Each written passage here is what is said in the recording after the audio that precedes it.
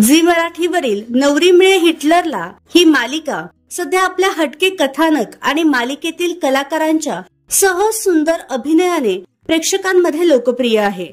त्यामुळे या मालिकेतील प्रत्येक पात्र प्रेक्षकांना विशेष भावतंय। यातीलच एक महत्त्वपूर्ण पात्र म्हणजे एजे। त्याची ही भूमिका अभिनेता राकेश बापटने चोख वठवली आहे। चला तर पाहूयात अभिनेता राकेश बापटच्या मुंबईतील घराची सफर।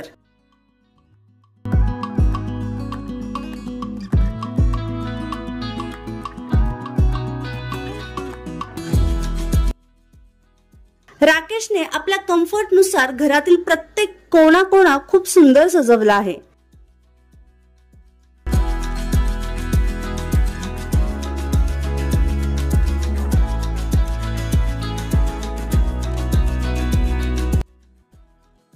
त्याच्या घरातून सुंदर सी व्ह्यू देखील दिसतो।